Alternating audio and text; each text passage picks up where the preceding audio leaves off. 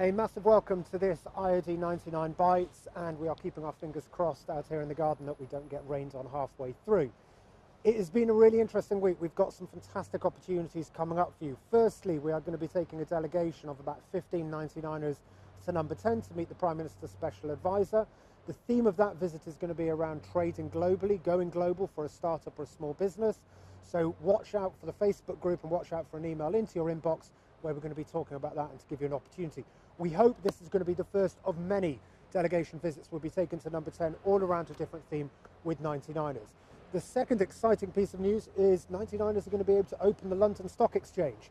So if this is something that you'd be interested in, watch your inboxes for an email about that. That will be taking place either at the end of November or early December. So it'll be a real unique opportunity to not only go to the London Stock Exchange, but to press the buzzer, ring the bell. I think it's actually drop a sort of plastic thing through a slot, but still, I'm sure it's slightly more exciting than that. But they'll also do a champagne breakfast and a briefing session on alternative finance and the way to finance your business for growth. So it'll be a really, really great opportunity.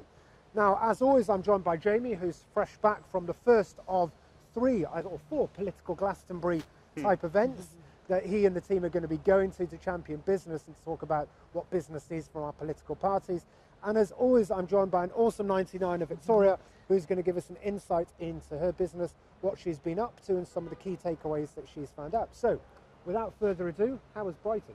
Well, thanks, Alex. Well, yeah, as Alex said, we are now one party conference down in a series of party conferences. IoD members of the policy unit were out in force at Labour conference, sitting on various panels, giving various speeches. A lot of focus, particularly actually from our side, on Brexit and skills, as you might imagine.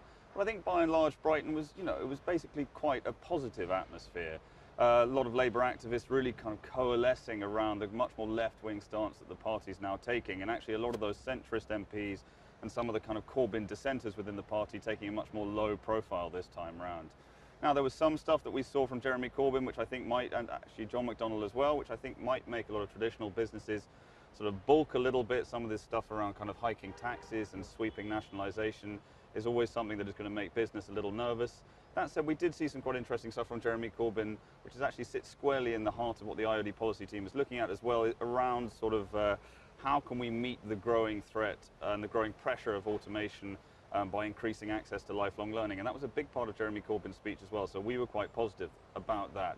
By and large, though, I think there is a trend that's emerging of seeing a lot of politicians basically bashing business in general, or bashing big business, and then smaller businesses almost getting caught in the coattails of that. So you hear a lot of politicians talking about employers almost in the same breath as driving down wages and exploitation. And from our point of view, what we'd really like to see is politicians championing the sort of unsung heroes of the British economy, SMEs up and down the country who pay their staff well, who plan for the long term, and many starting businesses, we know with 99ers as well, who start primarily with the objective of having a positive social impact within their communities as well. So we'd like to see more exposure given to those firms. Now, on the business side of things this week, obviously a lot of people reeling from the Uber decision. I know we talked about a little bit last week, but Uber are now appealing. From an IoD point of view, obviously we are keen that the regulator makes sure that anyone operating private hire licenses is doing so, making sure that with a mind to the highest levels of security. That said, I think TfL do need to have a mind to the fact that London has always been a bit of a hotbed for sort of disruptive innovation and competition. And they need to ensure they're sitting down around the table with Uber and making sure that this popular service, 3.5 million Londoners, can remain on the streets. The only other thing I think from the startup front to mention this week is that the UK has retained its crown as the top place in the EU in Europe for tech unicorns. We have 22 out of the 57 tech unicorns across Europe, and that's companies of up to a valuation of up to £1 billion.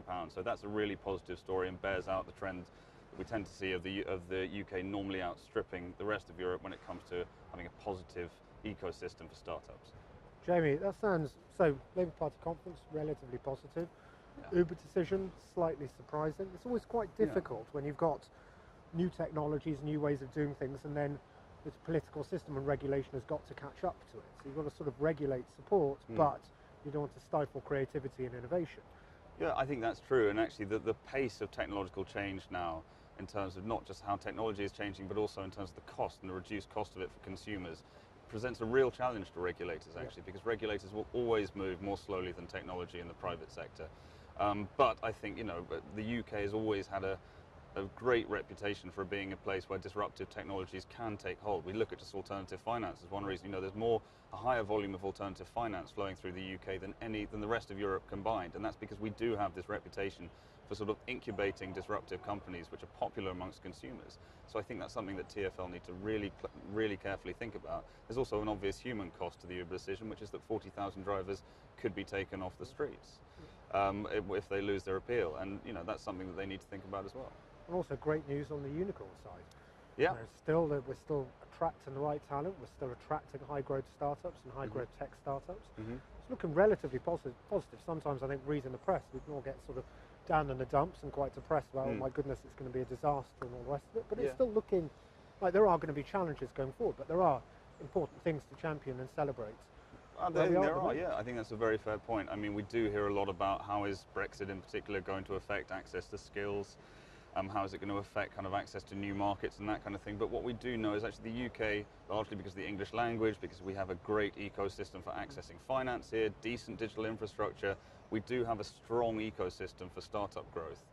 And that's something that we should rightly be celebrating. Jamie, thank you so much. I'm sure you'll have some topics to bring in onto the next discussion as well. But Victoria, it fits quite nicely with the area of business you're in and what you're exposed to and what you're doing. So, what do you do, who you are, and what are you up to? Yeah, fantastic. So my name is Victoria Boldison, and my company is called Bolst Global. We effectively help UK companies, predominantly SMEs, to export and to grow their businesses internationally. So we focus generally within our sector specialisms, which is food and drink and some supplements and sports nutrition products. And we also focus a bit more between Europe and the Middle East as well in terms of regions where we've got established networks, connections, market insight, etc.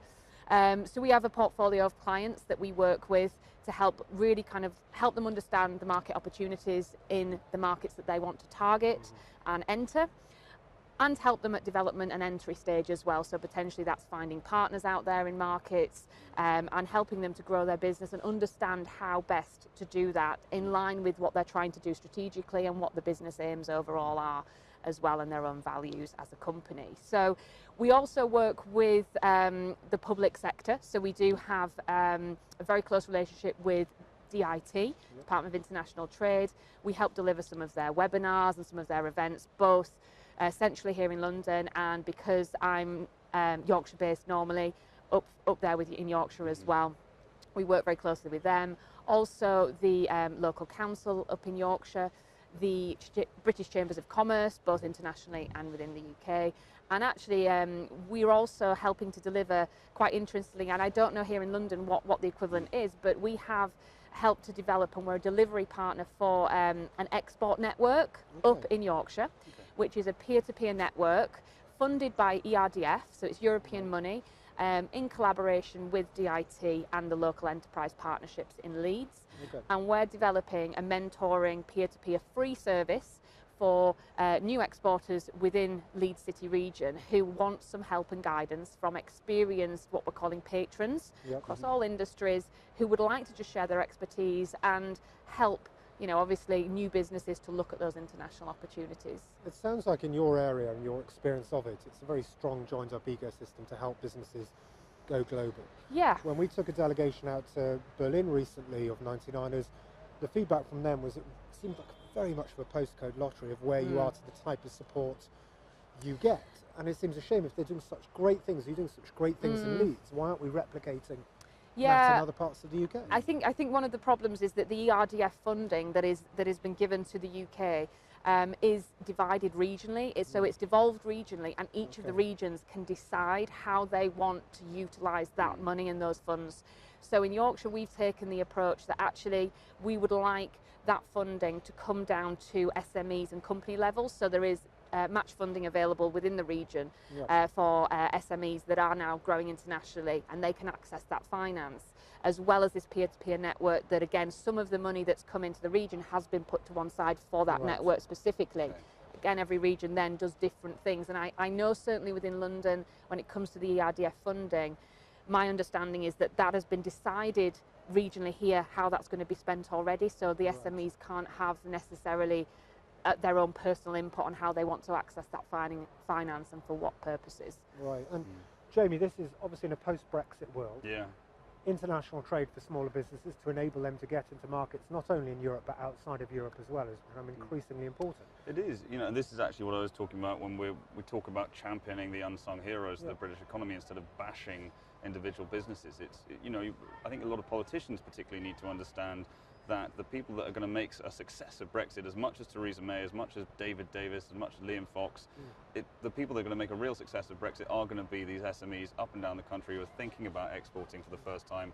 You know, they are going to be losing this ERDF funding as well, potentially in 2019, this European funding. The government's going to have to make clear whether or not it's going to make up some of that funding for them. And it's also going to have to focus a lot more on trade promotion and being able to drill down specifically into companies, identify really high potential companies in specific areas, in specific sectors, and then really match them up with sort of appropriate contracts abroad as well, and appropriate partners abroad.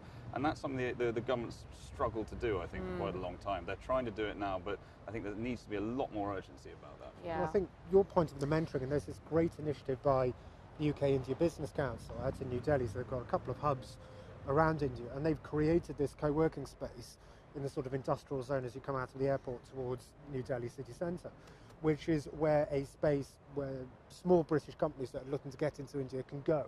It's a sort of light touch entry point into it, which sounds great. But there's no pressure on companies like you there, where they're going to need some great examples, some great hand-holding and support. I mean, that's it. I mean, from my experience and the people we work with, there's so many fantastic SMEs doing incredible things. I mean, obviously we are more product focused in terms of the support we give with product-based companies, but there's some fantastic products, up-and-coming brands, you know, really kind of challenger brands that have that growth and ambition. But then it comes down to, well, how do we actually start doing this? And we do need some support with that. And you know, then it can be, as we've sort of said, a little bit hit and miss in terms of what they can tap into, what's available. But certainly from my point of view, the appetite is there for a lot of companies to start looking further afield and not just base it on your core domestic market, because as much as we've got a huge, you know, particularly within the health food space as a prime example, here it's such rich, there's so many brands, which is great.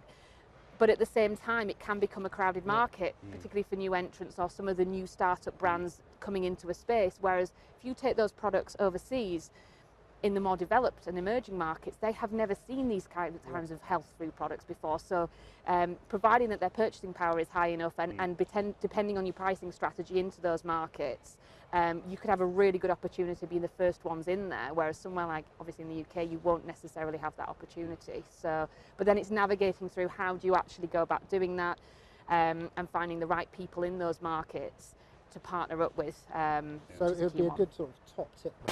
If a 99ers watching this who's thinking about going into a new market, thinking about exploring overseas, what would be your key piece of advice to them?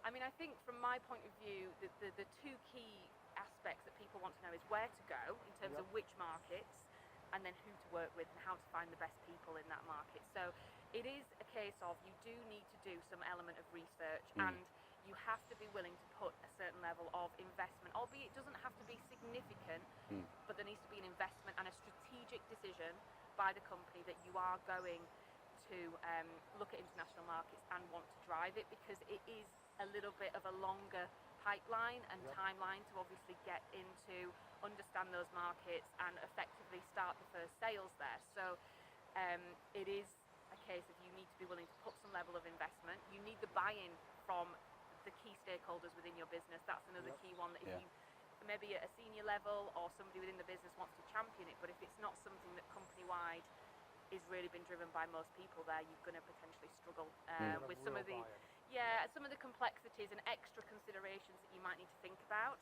If you've not got the buy-in from the key people in the business, that can create extra challenges, which can be a bit of a struggle sometimes. So it's a case of, I think, making sure that it's on the strategy, it's a key part of what you want to do as a business, that's communicated down to the key stakeholders, to the people within your business, everybody's behind it, and then making sure that you are willing to put some investment within time and resource as well. I mean, in terms of not just talking financially, obviously there is a bit of financial outlay that you would have to do, but you can find ways to do it that is a little bit more not necessarily a huge cash of money up front, Yeah. but there's ways and means that you can try and navigate that round, working with either partners, or again, internally you've got to look at your own skill set, because the skill set and shortage of skills for people that understand international trade is still quite prevalent, I would say, to be able to be effective. So it's where groups like that peer-to-peer group you're talking about, Yeah, setting up and things loosely like really that. come to play. Exactly, and creating communities, and